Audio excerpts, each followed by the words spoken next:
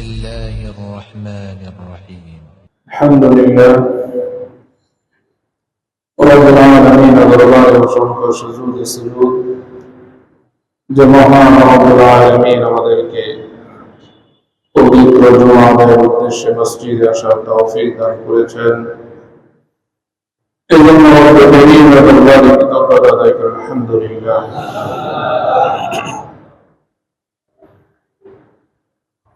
মুহতারাম হাজিরিন, রাসূল করিম সাল্লাল্লাহু আলাইহি ওয়াসাল্লাম থেকে বর্ণিত আব্দুল্লাহ ইবনে মাসউদ সম্পর্কে আলোচনা বিগত জুমায় হয়েছে। ঘুম থেকে ওঠার দোয়া, ঘুম থেকে ওঠার পরে বাথরুমে প্রবেশের দোয়া এবং বের হওয়ার দোয়া, ওযু চলাকালীন সময়ের দোয়া, ওযু পরের দোয়া এবং মসজিদে আসার উদ্দেশ্যে ঘর থেকে বের হওয়ার পর যে দোয়া রাসূল করিম সাল্লাল্লাহু আলাইহি ওয়াসাল্লাম পাঠ করতেন এবং শিক্ষা দিয়েছেন, সেই বিষয়গুলো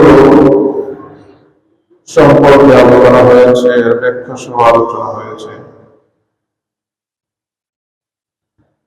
পরবর্তীতে আমরা রাসূল করিম সাল্লাল্লাহু আলাইহি ওয়াসাল্লাম মসজিদে প্রবেশ করতেন, মসজিদে প্রবেশ করার সময় তিনি দোয়া করতেন, দোয়া শিক্ষা দিয়েছেন। মসজিদে প্রবেশের সময় যে দোয়া আমরা পড়ি, আল্লাহুম্মা ইফতাহ লি আবওয়াবা রাহমাতিক, হাদিসের মধ্যে এসেছে, মুসলিম, নাসাই এবং আবু দাউদ শরীফের মধ্যে হাদিস এসেছে, মুসান্নাফ ইবনে আবি শাইবার মধ্যে হাদিস এসেছে যে এই দোয়ার পূর্বে বিসমিল্লাহ এবং রাসূল করিম সাল্লাল্লাহু আলাইহি ওয়াসাল্লামের প্রতি দরুদ পাঠ করা, এইভাবে যে বিসমিল্লাহি ওয়াস সালাতু ওয়াস সালামু আলা রাসূলিল্লাহ সাল্লাল্লাহু আলাইহি ওয়াসাল্লাম, আল্লাহুম্মা ইফতাহ লি আবওয়াবা রাহমাতিক।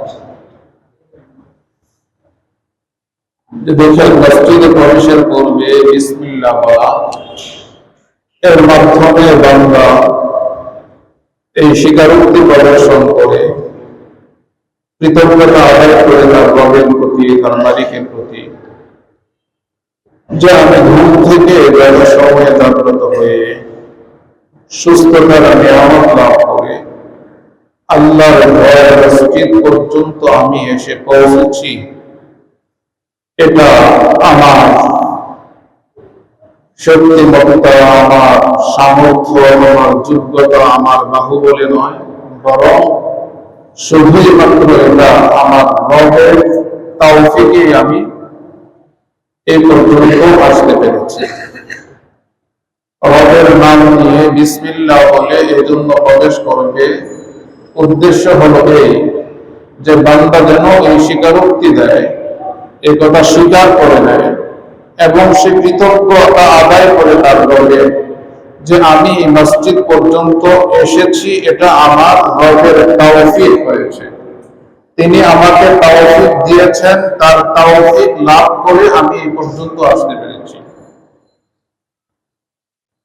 এই জন্য বিসমিল্লাহ প্রথমে বলবে, পরবর্তীতে রাসূলের প্রতি দুরূদ পাঠ করবে, والصلاة والسلام على رسول الله صلى الله عليه وسلم। এজন্য যে সাথে সাথে রাসূলের প্রতি দরুদ পাঠ করা, উদ্দেশ্য হলো এই যে এই যে দিন, এই যে ধর্ম, এই যে জীবন বিধান এবং আমার মালিকের সাথে আমার যে সম্পর্ক, মালিকের যে হক আমার প্রতি রয়েছে, এই সকল বিষয়ে শিক্ষা রাসূল করিম সাল্লাল্লাহু আলাইহি ওয়াসাল্লাম তিনি দিয়েছেন। তার শিক্ষায় সাহাবায়ে কেরাম রাদিয়াল্লাহু আলাইহিম আজমাইন তারা দীক্ষা গ্রহণ করে যুগ পরম্পরায় আমাদের পর্যন্ত এসে পৌঁছেছে। তো সুতরাং তিনি যদি এই শিক্ষা না দিতেন, এই ধর্মীয় বিষয়গুলো আমাদেরকে না বলতেন, আমাদেরকে যদি এই সকল ধর্ম শিক্ষা না দিতেন, তাহলে আমরা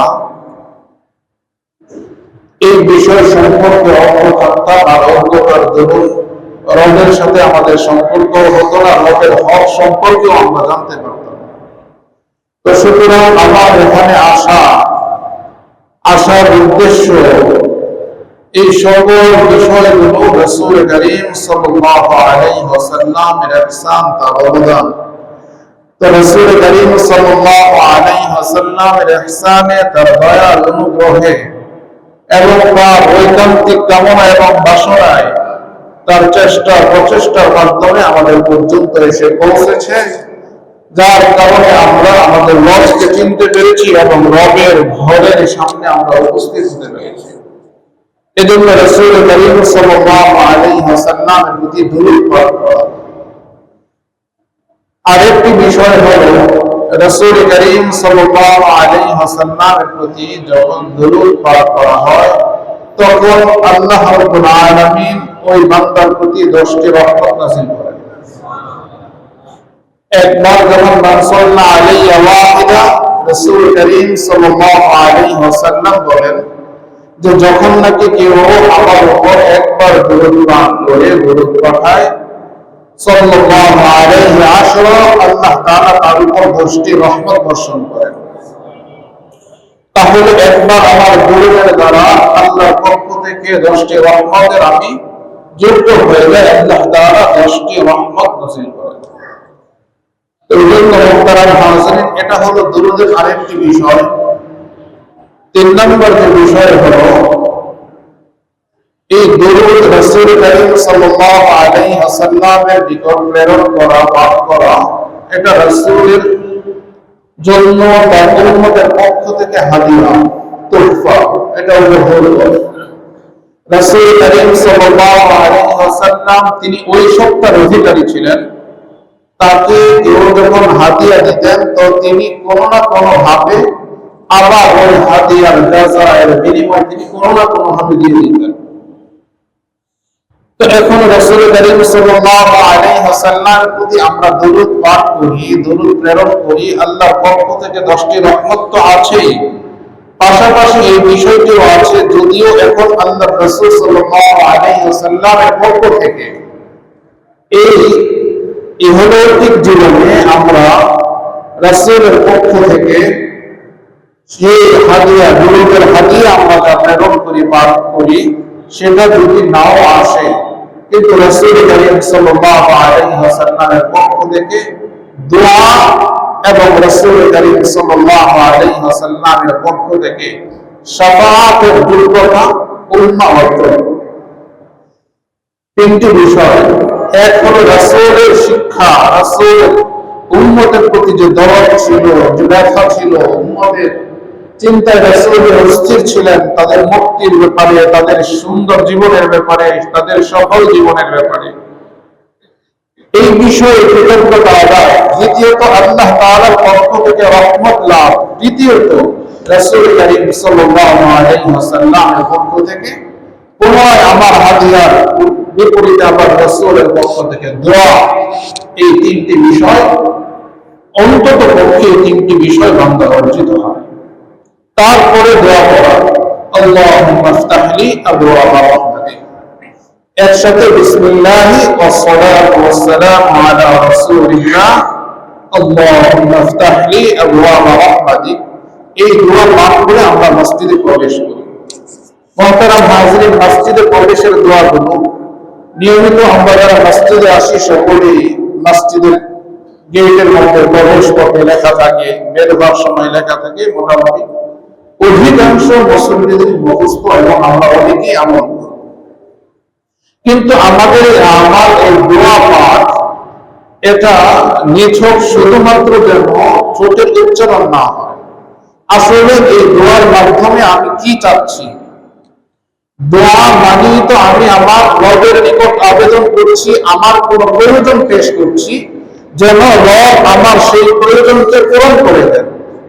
তো এখন আমি যখন মসজিদে প্রবেশ করি আর দোয়া করি আল্লাহুম্মা ইফতাহলি আবওয়াবা রাহমাতিক, তো এখানে এই যে বাক্যটা আমি পাঠ করলাম, এর দ্বারা আমি আমার রবের কাছে চাচ্ছি কি? মুহতারাম হাজিরিন, আমি কি চাইলাম সে বিষয় সম্পর্কে যদি আমার অনুভূতি না থাকে, ইহসাস শউর না থাকে, আমি নিজেই জানলাম না, তাহলে মুহতারাম হাজিরিন আমার এই চাওয়ার অর্থ কি? নাম্বার 2 হলো যে এই দোয়া কেন প্রবেশ করার সময় এইভাবে আমাকে পাঠ করতে বলা হয়েছে, এর উদ্দেশ্যটা কি? এই বিষয় সম্পর্কে আমাকে জানতে হবে যে আমি কি চাই, এবং রাসূল করিম সাল্লাল্লাহু আলাইহি ওয়াসাল্লামের মতো এমন মহামানব তিনি কেন মসজিদে প্রবেশের সময় এই দোয়া আমাদেরকে শিক্ষা দিয়েছেন, এর উদ্দেশ্যটা কি? এর দ্বারা আমি কিভাবে উপকৃত হব, আমার লাভটা কি, ফায়দা কি, উপকারিতা কি?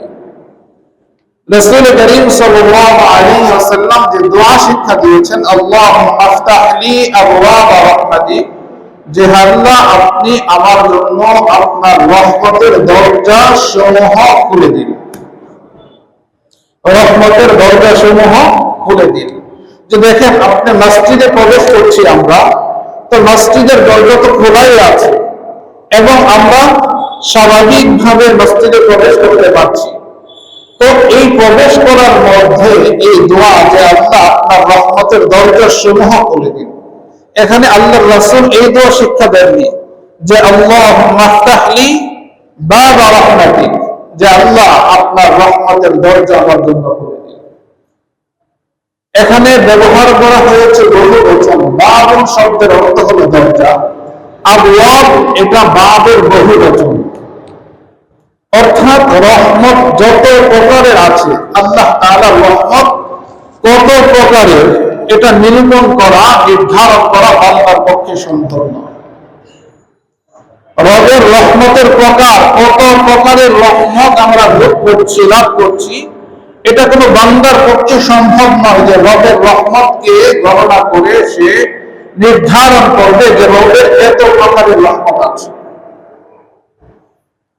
তো এখন রাসূল করিম সাল্লাল্লাহু আলাইহি ওয়াসাল্লাম তিনি রাহমাতুল লিল আলামিন, তো তিনি দোয়া শিক্ষা দিয়েছেন যে আবওয়াব রাহমাতিক, অর্থাৎ যে হে আমার রব, আমার প্রতিপালক, আমার মালিক, আপনার রহমতের যত প্রকার আছে সকল প্রকার রহমতের দরজাগুলো আমার জন্য মুক্ত করে দিন, খুলে দিন, যেন কোনো রহমত বাকি না থাকে। দুনিয়ার জীবনে একরকম রহমতের প্রয়োজন, আল্লাহ তাআলার রহমতের প্রকারে, কবরের জীবনে আরেক প্রকার রহমত, হাসরের ময়দানে রহমতের প্রকার হবে ভিন্ন। এই দুনিয়ার জীবনে রহমতের প্রকারের মধ্যে আমরা যদি দেখি আল্লাহ তাআলার পক্ষ থেকে সুস্থতার নিয়ামত, এটা রহমত। মুহতারাম হাজিরিন, আমাদের মস্তিষ্ক সচল থাকা, সঠিক থাকা, এটা রহমত। শ্রবণ শক্তি ঠিক থাকা, এটা রহমত। দৃষ্টি শক্তি ঠিক থাকা, এটা রহমত। আমার চলার সামর্থ্য, বলার সামর্থ্য, এই সকল বিষয়গুলো আমরা যদি চিন্তা করি, রহমতের এক একটা এক এক প্রকার। তো আল্লাহ তাআলার কাছে বান্দা চাচ্ছে যে সকল প্রকারের রহমত এর দরজা আল্লাহ তাআলা খুলে দেন। এটা হলো একটি বিষয়। আরেকটি বিষয় হলো যে বান্দা সাথে সাথে সে এই প্রার্থনা তার রবের নিকট করছে যে আল্লাহ আপনি আপনার রহমতের দরজাগুলো আমার জন্য খুলে দিন। এর অর্থ হলো যে আমি যে মসজিদে প্রবেশ করছি, আমার মসজিদে প্রবেশ করাটা এটা যেন আমার জন্য রহমতের হয়। মসজিদে প্রবেশ করাটা আমার জন্য যেন রহমতের হয়। কারণ মসজিদে আমরা আসি কেন? মসজিদের প্রধান যে উদ্দেশ্য সেটা হলো মসজিদে আমরা সালাত আদায় করতে আসি। মূলত আসা হয় মসজিদে নামাজ আদায়ের জন্য। অথচ মুহতারাম হাজিরিন, কুরআন কারীমের মধ্যে এসেছে, যেমন সূরা মাউনের মধ্যে এসেছে, ফাওয়াইলুল লিল মুসাল্লিন আল্লাযীনা হুম আন সালাতিহিম সাহুন। এখন দেখেন মানুষের অবস্থা হলো কি, আল্লাহ তাআলা বলেন যে মুসল্লি যারা সালাত আদায়কারী তাদের জন্য ধ্বংস। তো কেন ধ্বংস? এই জন্য তাদের জন্য ধ্বংস যে তারা তাদের সালাতের ব্যাপারে যত্নবান না, তারা তাদের সালাতের ব্যাপারে যত্নবান না, তারা উদাসীন, তারা গাফেল, তারা সালাতে দাঁড়িয়ে থাকে, অন্য মনস্ক হয়ে থাকে, সালাতের উদ্দেশ্যে আসে, ভিন্ন চিন্তা ভাবনাও নিয়ে আসে। তো মুহতারাম হাজিরিন, আমার মসজিদে প্রবেশ করাটাই তো এটাই তো আমার সফলতা না, মসজিদে প্রবেশ করাটাই তো আমার উদ্দেশ্য না, সালাত আদায় করাটাই শুধুমাত্র মুখ্য উদ্দেশ্য না। ইদা কামু ইলা সালাতি কামু কুসালা, আল্লাহ তাআলা বলেন যখন তারা সালাতে দাঁড়ায় তখন তারা অলসভাবে দাঁড়ায়, অলসতার সাথে দাঁড়ায়। আবার যখন তারা সালাত আদায় করে তখন তারা মানুষকে দেখানোর জন্য সালাত আদায় করে। তো এই সকল সালাত আদায়কারীদের জন্য ধ্বংসের আল্লাহ তাআলা ওয়াইদ দিয়েছেন, সতর্ক করেছেন, সাবধান করেছেন। তো এখন আমি যে মসজিদে এসেছি আমার সালাত আদায়টা যেন লোক দেখানো না হয়, কাউকে দেখানোর উদ্দেশ্যে যেন না হয়। আমার সালাত আদায়টা যেন খুশু খুশুর সাথে হয়, একাগ্রতার সাথে যেন হয়, দৃঢ়তা স্থিরতার সাথে যেন হয়। আমার সালাতটা যেন আমার মালিক পছন্দ করেন, কবুল করেন, কবুলযোগ্য সালাত যেন আমি আদায় করতে পারি। তো এই দোয়া আল্লাহ তাআলার কাছে করা যে আল্লাহুম্মা আফতাহলি আবওয়াব রাহমাতিক, রব তুমি তো তৌফিক দিয়েছো, আমি তোমার ঘর পর্যন্ত এসে পৌঁছেছি, তোমার ঘরের দরজাও আমার জন্য উন্মুক্ত। তো শুধু ঘরের দরজা উন্মুক্ত হলে তো আমি সফল হতে পারবো না, আমি তো চাই যে আমার জন্য তোমার রহমতের দরজাগুলো উন্মুক্ত করে দাও, যাতে করে তোমার রহমতের দরজায় প্রবেশ করে আমি তোমার উপযুক্ত, তোমার আনুগত্য, তোমার ইবাদত যেন আমি করতে পারি। যে ইবাদত তোমার কাছে পছন্দনীয়, যে ইবাদত তোমার কাছে গ্রহণযোগ্য, যে ইবাদতের মাধ্যমে তোমার সাথে আমার সম্পর্কটা দৃঢ় হবে, যে ইবাদতের মাধ্যমে আমি তোমার নৈকট্য অর্জন করতে পারবো, এমন ইবাদত তুমি আমাকে নসিব করো যে ইবাদতের মাধ্যমে তোমার সন্তুষ্টি আমার জন্য ওয়াজিব হয়ে যায়। তো বান্দা দোয়া করে আল্লাহুম্মা আফতাহলি আবওয়াব রাহমাতিক, যে তোমার রহমতের দরজাগুলো আমার জন্য উন্মুক্ত করে দাও। অর্থাৎ আমি যে মসজিদে প্রবেশ করেছি তোমার তৌফিকে, এখানে আমার ইবাদতগুলো যেন আমার জন্য রহমতের কারণ হয়, আমার আমল নামা যেন সমৃদ্ধ হয়, তোমার সাথে আমার এই পর্যন্ত যে সম্পর্ক আছে সেই সম্পর্কটা যেন আরো দৃঢ় হয়, যতটুকু নৈকট্য তোমার অর্জন করেছি সেই নৈকট্যটা যেন আরো অধিকতর নিকটে হয়। এই প্রার্থনা আল্লাহ তাআলার কাছে করা, এই আবেদন রব্বুল আলামিনের কাছে করা। মুহতারাম হাজিরিন, এজন্য রাসূল করিম সাল্লাল্লাহু আলাইহি ওয়াসাল্লাম এই দোয়া আমাদেরকে শিক্ষা দিয়েছেন। আরেকটি বিষয় হলো এই দোয়া যে আবওয়াব রাহমাতিক, যে মসজিদে প্রবেশটাই কিন্তু পরিকল্পনা নয়, মসজিদে প্রবেশ করাটাই এটা সওয়াব আর নেকির কারণ এটা হয়।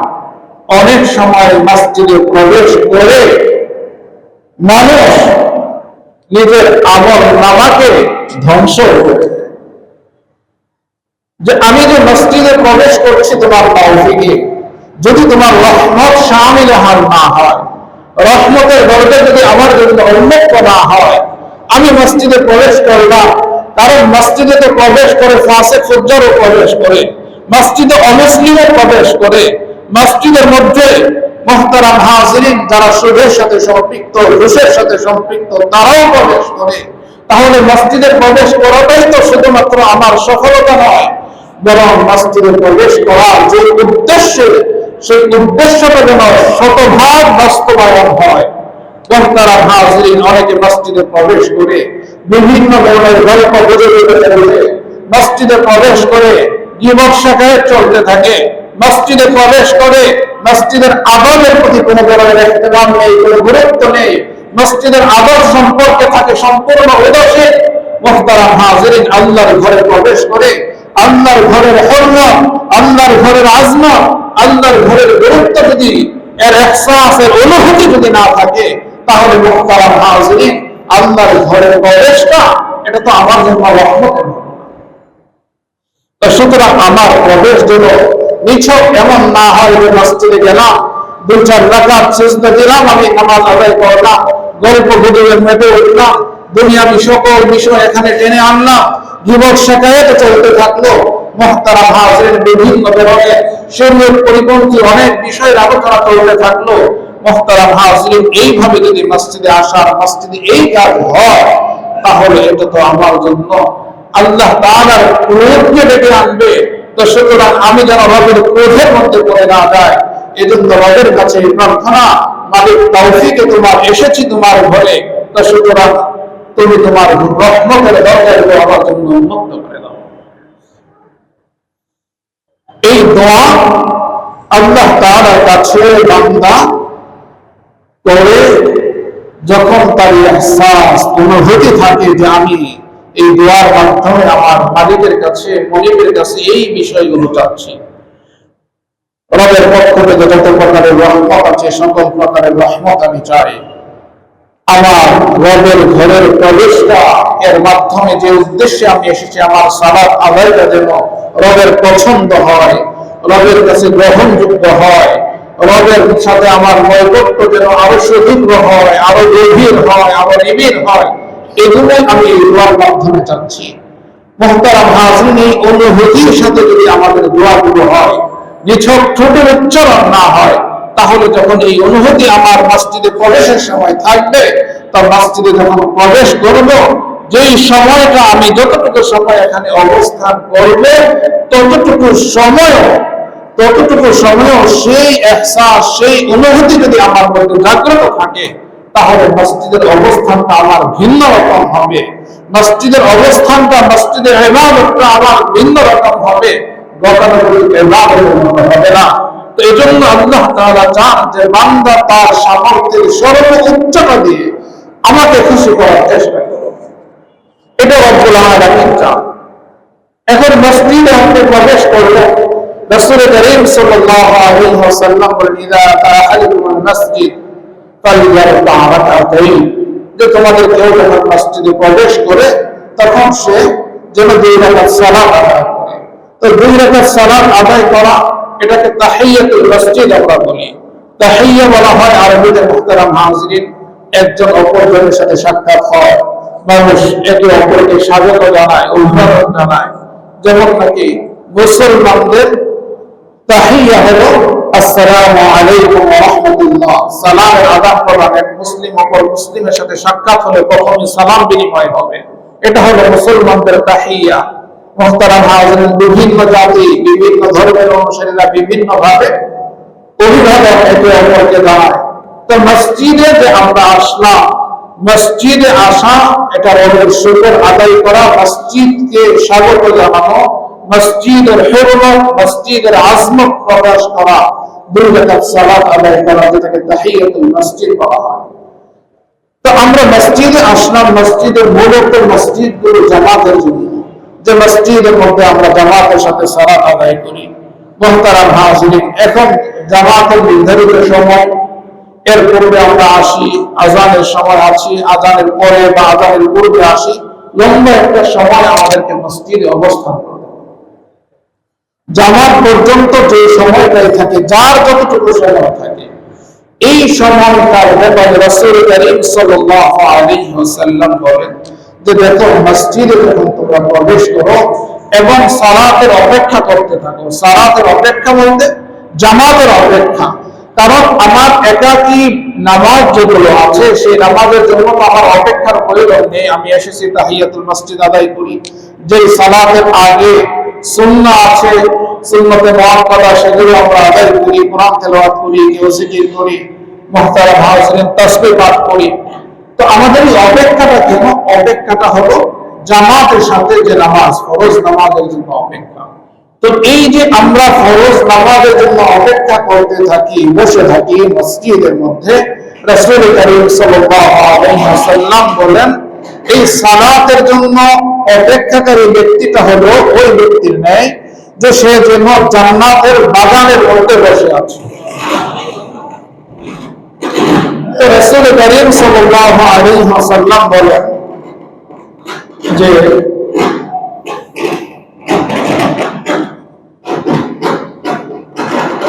তোমরা যেহেতু বাগানের মধ্যে বসে আছো, তাহলে বাগানের মধ্যে বসে থেকে লাভ কি? বাগানে যেহেতু বসে আছো, বাগানের ফলও খেতে থাকো।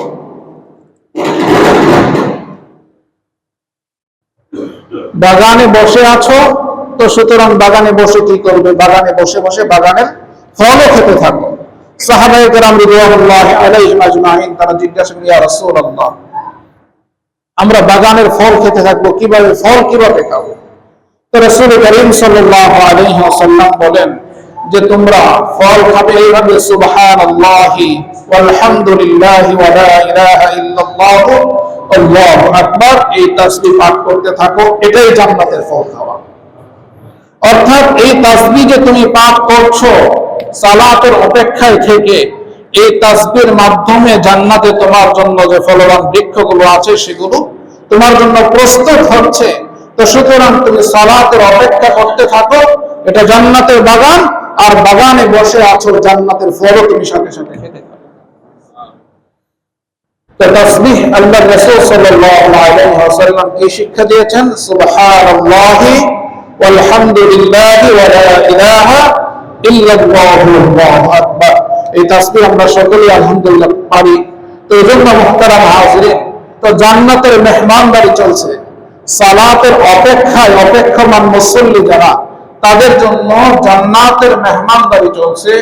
এবং যারা এই সময়টার গুরুত্ব উপলব্ধি করে, বুঝে এবং এই জান্নাতের আপ্যায়ন মেহমানদারি যারা গ্রহণ করে, তো তাদের তো পরস্পরে গল্প গুজব করার কোনো সুযোগ নেই। এটা কোনো বুদ্ধিমানের কাজ না যে জান্নাতের মেহমানদারি চলছে, তো ওই মেহমানদারি গ্রহণ না করে পরস্পরে আমরা গল্প গুজব করতে থাকলাম, বাহিরের ব্যবসা বাণিজ্য নিয়ে আলোচনা করতে থাকলাম। মুহতারাম হাজিরিন, অনেক সময় শরীরের পরিপন্থী বিভিন্ন আলোচনাও চলতে থাকে। এটা তো কোনো বুদ্ধিমানের কাজ। একজন বুদ্ধিমান যে জান্নাতের পক্ষ থেকে আপ্যায়নের ব্যবস্থা, জান্নাতের মেহমানদারি চলছে, তো একজন বুদ্ধিমান সে তো জান্নাতি দস্তরখানে সে দ্রুত শামিল হয়ে যাবে, অংশগ্রহণ করবে এবং জান্নাতি দস্তরখানের আপ্যায়নের মাধ্যমে নিজেকে সে তুষ্ট করবে, তৃপ্ত করবে। এটাই তো একটা বুদ্ধিমান কাজ।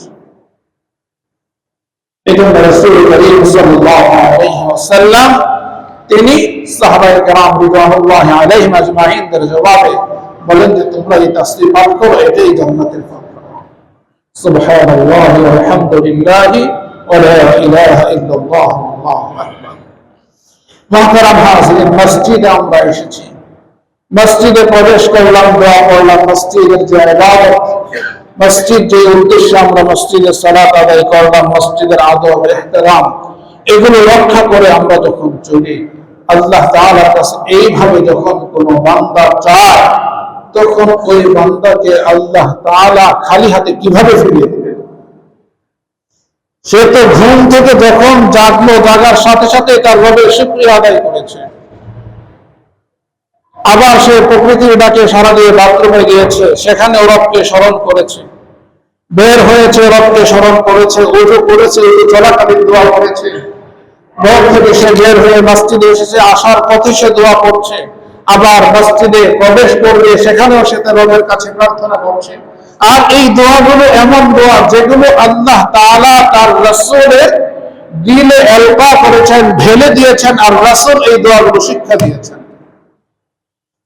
তো রব্বুল আলামিনের পক্ষ থেকে যে দোয়া তার বান্দাকে শিক্ষা দেওয়া হয়েছে বান্দার জীবনকে সমৃদ্ধ করার জন্য, সেই দোয়াই যখন বান্দা তার রবের কাছে করে, তখন রব কিভাবে তাকে ফিরিয়ে দিবে?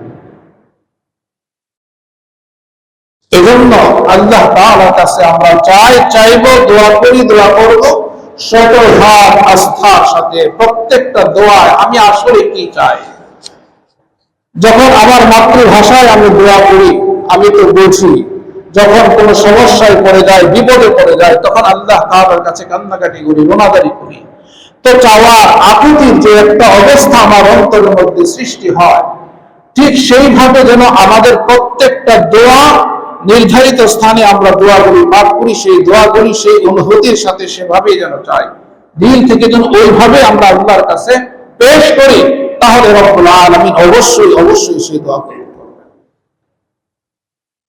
মুহতারাম হাজিরিন, মসজিদের আদব ইহতিরাম রক্ষা করে সালাত আদায় করে যখন আমরা মসজিদ থেকে আবার পুনরায় বের হই, তখনও আমরা মসজিদ থেকে বের হয়ে যাওয়ার সময় আমরা দোয়া করি। এই যে মসজিদ থেকে বের হওয়ার সময় আমরা দোয়া করি, বাম পা আগে দেই, মসজিদে প্রবেশের সময় ডান পা আগে দিয়ে প্রবেশ করি, মসজিদ থেকে যখন বের হয়ে যায় তখন আমরা দোয়া করি, আল্লাহুম্মা ইন্নী আসআলুকা মিন ফাদলিক। দেখেন দুইটার মধ্যে এক জায়গায় আমরা চাচ্ছি রহমত, আরেক জায়গায় চাচ্ছি ফজল। রহমত এবং ফজল এই দুইটা শাব্দিক ভাবে একই, তেমন কোনো পার্থক্য নাই দুই শব্দের মধ্যে। একটি হলো মসজিদে প্রবেশ করার সময় রহমত চাচ্ছি, আরেকটি হলো মসজিদ থেকে বের হওয়ার সময় ফজল চাচ্ছি। শাব্দিক ভাবে যদি আমরা বিবেচনা করি দেখি তাহলে তেমন কোনো পার্থক্য এই দুইটার মধ্যে নেই, কিন্তু শরীয়ী পরিভাষায় কোরআন এবং সুন্নাহর মধ্যে রহমত এবং ফজল যেখানেই ব্যবহার হয়েছে অধিকাংশ জায়গায় দুইটার স্বতন্ত্র পরিচয় পরিষ্কারভাবে পরিলক্ষিত হয়। কোরআন এবং সুন্নাহয় যেখানে ফজল এর দ্বারা হলো দুনিয়াবি উপকারিতা, দুনিয়াবি কল্যাণ। রহমত যেখানে এসেছে সেটা হলো দ্বীনি কল্যাণ। যে দেখেন জুমার সালাতের ব্যাপারে বলা হয়েছে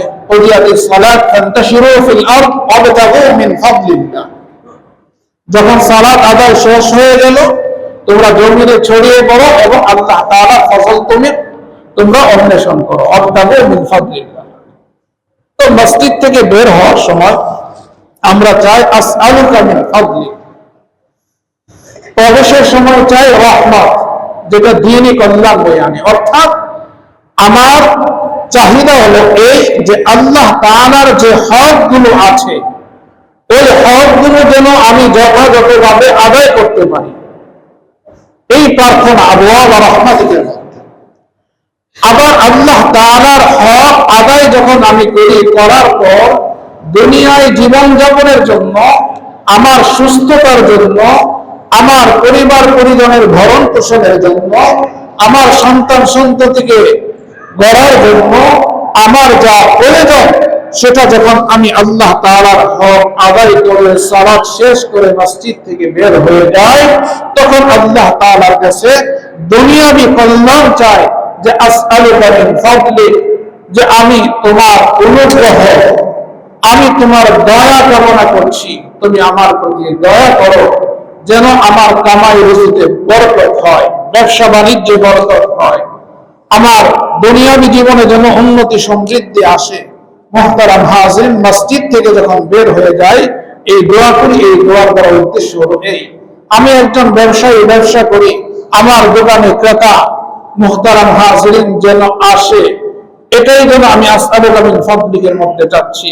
আমি একজন চাকরিজীবী মানুষ, আমি যে চাকরি করছি মুহতারাম হাজিরিন, আমার যে নির্ধারিত দায়িত্ব সেই দায়িত্বটা যেন আমি যথাযথভাবে সুচারুরূপে আমি আঞ্জাম দিতে পারি, এই প্রার্থনাটাই আমি আল্লাহুম্মা ইন্নী আসআলুকা মিন ফাদলিক এর মধ্যে এই প্রার্থনাটাই আমি করছি।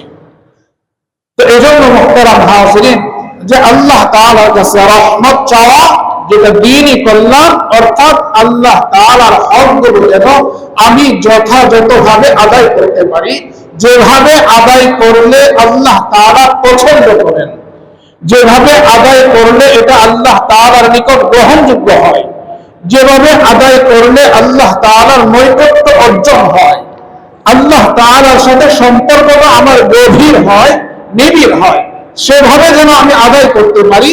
এজন্য মসজিদে প্রবেশের সময় রহমত কামনা করা হয়, রহমতের দরজাগুলি উন্মুক্ত যেন আল্লাহ তাআলা করে দেন, এই বিষয়টা বলা হয়। আবার যখন বের হয়ে যায় তখন দুনিয়াবি যে কল্যাণ শরীয়ত সিদ্ধ পথে, শরীয়ত অনুমোদিত পন্থায় আমি যেন আমার দুনিয়াবি সকল প্রয়োজনগুলো পূরণ করতে পারি, এজন্য আল্লাহ তাআলার ইহসান, তার দয়া, তার অনুগ্রহ আমি কামনা করি। তো আল্লাহ রাব্বুল আলামিন রাসূল করিম সাল্লাল্লাহু আলাইহি ওয়াসাল্লামের মাধ্যমে এই দোয়া আমাদেরকে শিক্ষা দিয়েছেন। যখন আমি আল্লাহ তাআলার কাছে চাই যে আমাকে তুমি অনুগ্রহ করো, দয়া করো, আমার জীবন জীবিকার ব্যাপারে, আমার শারীরিক সুস্থতার বিষয়ে, আমার সন্তান সন্ততির বিষয়ে, আমার পরিবারের বিষয়ে, আমার আপনজন আত্মীয় স্বজনের বিষয়ে, আমার সমাজের যে দায়িত্ব আছে, দায়বদ্ধতা আছে সেই বিষয়ে মুহতারাম হাজিরিন, এইভাবে যখন একটি বান্দা এই বিষয়গুলো তার মস্তিষ্কে সে জাগ্রত রাখে, তারপর যখন সে তার মালিকের কাছে এইভাবে চায় তখন মালিক তার ওই চাওয়াগুলো পূর্ণ করেন। কেন করেন? মালিকের বৈশিষ্ট্য হলো এই যে তিনি দাতা, তিনি দিতে পছন্দ করেন। কোরআনে কারীমের মধ্যে এসেছে, উদউনি আস্তাজিব লাকুম ইন্নাল্লাযীনা ইস্তাকবিরুনা আন ইবাদাতি সায়াদখুলুনা জাহান্নামা দাখিরিন। যে তোমরা আমার কাছে চাও, চাইতে থাকো, আবেদন করো, করতে থাকো, প্রার্থনা করো, করতে থাকো, আমি তোমাদের আবেদন পূরণ করব, চাওয়া পাওয়া পূরণ করব। তবে ইস্তাকবিরুনা আন ইবাদাতি সায়াদখুলুনা জাহান্নামা দাখিরিন, যারা নাকি উদ্যত প্রকাশ করে, ইস্তাকবিরুনা আন ইবাদাতি, আমার বান্দাদের মধ্য থেকে যারা অহমিকা করে, উদ্যত প্রকাশ করে, আমার নিকট চায় না, সে মনে করে যে তার মেধা, তার শক্তি, সামর্থ্য এর মাধ্যমে সে উপার্জনের যে পথ বা পন্থা মাধ্যম সে গ্রহণ করেছে, ওই পথ পন্থার মাধ্যমে তাকে তার প্রয়োজন পূরণ করায়। একজন ব্যবসায়ী সে মনে করে এই ব্যবসায়ী আমার সকল প্রয়োজনের পূরণের মাধ্যম।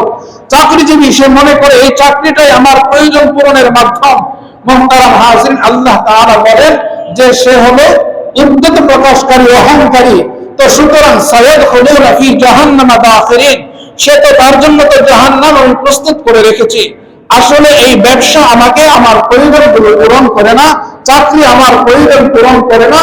একজন কৃষক সে কৃষি কাজ করে, তো তার ওই কৃষি কাজ, ক্ষেত খামার তার প্রয়োজন পূরণ করে না, বরং এই ব্যবসার আড়ালে, এই চাকরির আড়ালে, একজন কৃষকের কৃষি কাজের আড়ালে আরেকজন নিয়ন্ত্রক আছেন, আরেকজন রক্ষণাবেক্ষণকারী আছেন, যিনি রক্ষণাবেক্ষণ করেন, নিয়ন্ত্রণ করেন।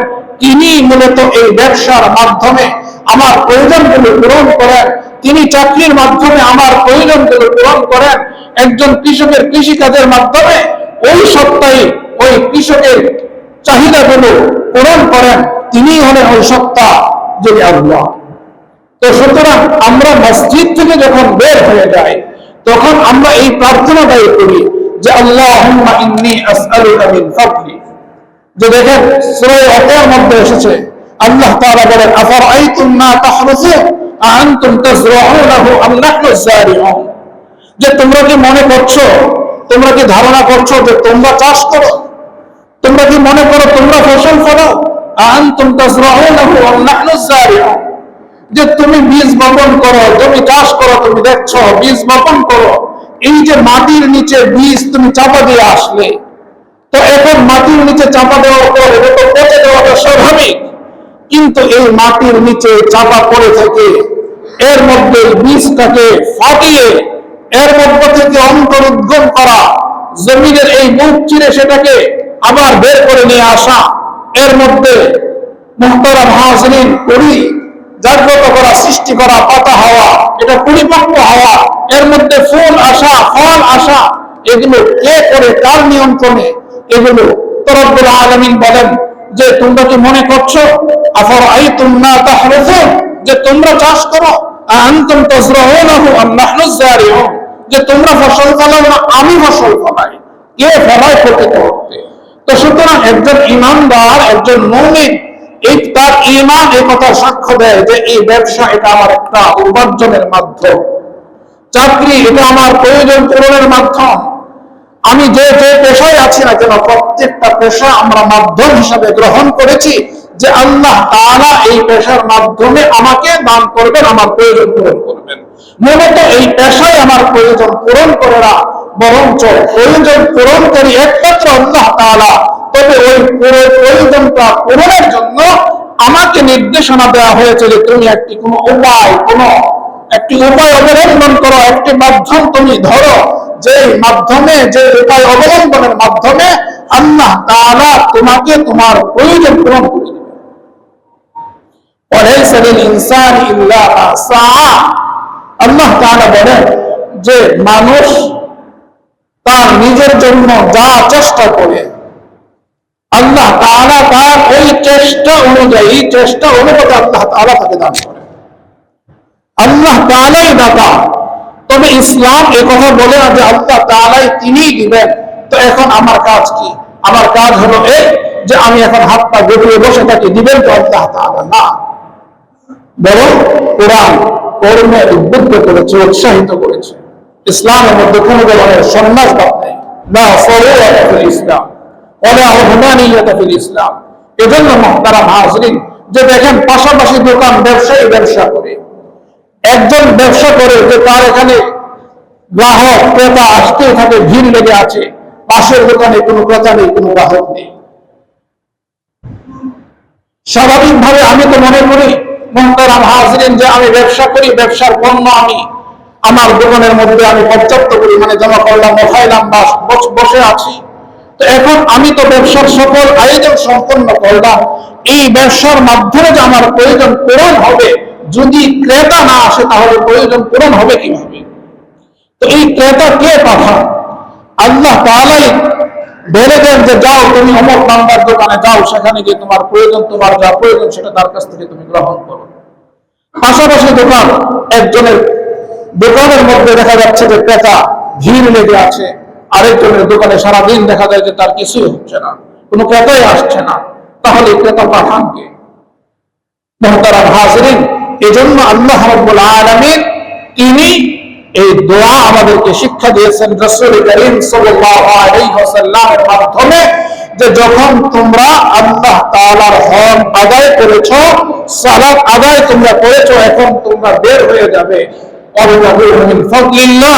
আল্লাহ তাআলার ফজল, আল্লাহ তাআলার দয়া, তার অনুগ্রহ তোমরা অন্বেষণ করবে। তো সুতরাং যে আল্লাহ তাআলার দয়া, ইহসান, অনুগ্রহের মাধ্যমে দুনিয়ার প্রয়োজন পূরণ করতে চায়, তো সে আল্লাহ তাআলার অসন্তুষ্টির পথ অবলম্বন করবে কিভাবে? আমি ব্যবসার মাধ্যমে যদি আমার প্রয়োজন পূরণ করতে চাই এবং আল্লাহ তাআলার কাছে প্রার্থনা করি যে এর মাধ্যমে আমাকে আপনি কি করেন, দয়া করেন, আমার প্রয়োজন পূরণের ব্যবস্থা করেন, তো ওই ব্যবসার মধ্যে ধোঁকা কিভাবে আসে? একজন চাকরিজীবী, সে চাকরি করে, এর মাধ্যমে প্রয়োজন তার আল্লাহ তাআলা পূরণ করবেন, আল্লাহ তাআলার কাছে এই প্রার্থনা সে প্রতিনিয়ত করে, তো ওই চাকরিজীবী তার এই পেশার মধ্যে যে দায়িত্ব আছে, এই দায়িত্বে সে ফাঁকি দিবে কিভাবে? তার মালিককে ঠকাবে কিভাবে? হাজিরিন, একজন চাকরিজীবী এমন চাকরি সে কিভাবে করবে, তার চাকরির যে দায়িত্ব, ওই দায়িত্বটাই যদি শরীয়ত পরিপন্থী হয়, যে এই কাজে তার এই চাকরির মধ্যে যে কাজগুলো করতে হয় এটা শরীয়ত সমর্থন করে না, তো সুতরাং সে আবার চাচ্ছে আল্লাহ তাআলার কাছে ফজল, যে তুমি অনুগ্রহ করো যেন এর মাধ্যমে আমার প্রয়োজন পূরণ হয়। এটা তো আল্লাহ তাআলার সাথে ঠাট্টা, এটা মশকরা মানন্দ। মুহতারাম হাজির, এটা চরম জিষ্টতা। তো এটা কিভাবে সম্ভব? তো এই জন্য একজন মানুষ যখন আল্লাহ তাআলার কাছে ইহসান চায়, দয়া চায়, অনুগ্রহ চায়, এর অর্থ হলো আল্লাহ তাআলার এই বান্দা, সে আল্লাহ তাআলাকে সন্তুষ্ট রেখে দুনিয়ার প্রয়োজন পূরণ করতে চায়। তো যে ব্যক্তি আল্লাহ তাআলাকে সন্তুষ্ট রেখে দুনিয়ার প্রয়োজন পূরণ করতে চায়, তার দ্বারা দুনিয়ার প্রয়োজনের ক্ষেত্রে, দুনিয়ার প্রয়োজনগুলো পূরণের ক্ষেত্রে অসৎ কোন পন্থা অবলম্বন করা কশ্চিনকালেও সম্ভব। আর যখন তার প্রয়োজনগুলো সে পূরণ করতে থাকবে, প্রয়োজনগুলো যখন সে পূরণ করতে থাকবে সৎ উপায়ে, শরীয়ত সম্মত পন্থায়, শরীয়ত অনুমোদিত পন্থায়, তো ধাপে ধাপে তার অবস্থা এমন হবে যে তার শরীয়ত সম্মত পন্থায় প্রয়োজনগুলো পূরণ করার দ্বারা তার চিন্তা চেতনা মস্তিষ্কে আল্লাহ তাআলা এমন নূর দান করবেন যে অসৎ উপায়ে যা মানুষ অর্জন করে বা করতে পারে, ওই সকল বিষয়ের প্রতি তার ঘৃণা, দিল থেকে তার ঘৃণা সৃষ্টি হয়ে যাবে। আল্লাহ তাআলা এমন ঘৃণা তার মধ্যে তৈরি করে দিবেন যে কোনো অবস্থাতেই সে আর শয়তানের ধোঁকা বা নফসের ধোঁকা বা পরিপার্শ্বিকতার ধোঁকার কারণে, পরিবেশের কারণে বিপদগামী হয়ে যাবে, এটা অসম্ভব হয়ে যায়। আর ওই সময়ে মুহতারাম হাজিরিন, আল্লাহ তাআলার একজন বান্দা, ইনসান, মানুষ, সে ফেরেশতারা যারা আসমানের অধিবাসী, ওই ফেরেশতাদের কাছেও সে ঈর্ষণীয় হয়ে যায়। সে সম্মান এবং মর্যাদার দিক থেকে ওই ফেরেশতাদের থেকেও সে অনেক উপরে উঠে যায়, তাদেরকে ছাড়িয়ে যায়। এটাই হলো একজন বান্দা দুনিয়ার জীবনের চাওয়া পাওয়া, যে আমার জীবনটা আল্লাহ তাআলা আমাকে দান করেছেন, দয়া করেছেন, ইহসান করেছেন, তো সুতরাং রবের দানে আমি যা অর্জন করেছি এখন আমার এই জীবনটাকে রবের সন্তুষ্ট অনুযায়ী কাটাবো।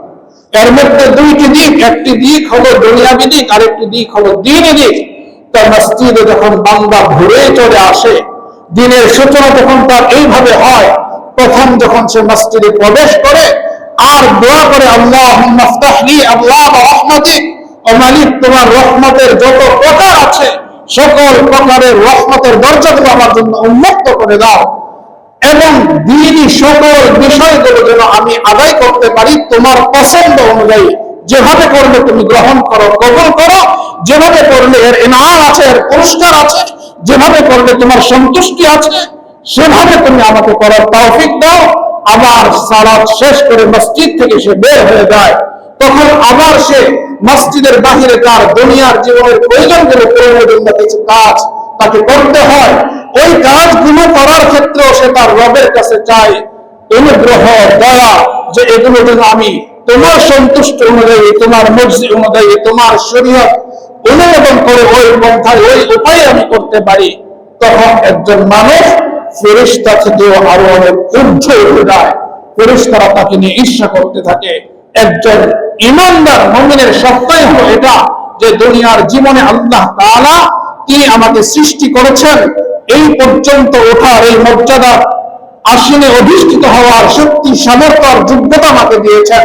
যদি আমি সেই পর্যায়ে যেতে পারি, এটাই হলো আমার জীবনের প্রকৃত সফলতা। এজন্য মুহতারাম হাজিরিন, যখন আমরা মসজিদে প্রবেশ করি, দোয়া তো আমরা পড়ি, কিন্তু এই দোয়া যেন আমাদের নিছক ঠোঁটের উচ্চারণ না হয়, বরং আমাদের এই বিষয়গুলো ইহসাস থাকে, অনুভূতি থাকে যে আমি আসলে এই দোয়ার মাধ্যমে কি প্রার্থনা করছি। আবার বের হয়ে যাই, তখনও আমরা দোয়া করি আসআলুকা মিন ফাদলিক, যে দুনিয়ার জীবনে আমরা জীবিকার তাগিদে যা যে পন্থায় পথ অবলম্বন করেছি, সেখানেও যেন আল্লাহ রাব্বুল আলামিনের ইহসান, তার দয়া আর অনুগ্রহ আমরা তালাশ করি, রবকে সন্তুষ্ট করে দুনিয়ার জীবনে জীবিকা উপার্জনের চেষ্টা করি। রব্বুল আলামিন আমাদের সকলকে তৌফিক দান করেন। আমিন ওয়া আখিরু দাওয়ানা আলহামদুলিল্লাহি রাব্বিল আলামিন।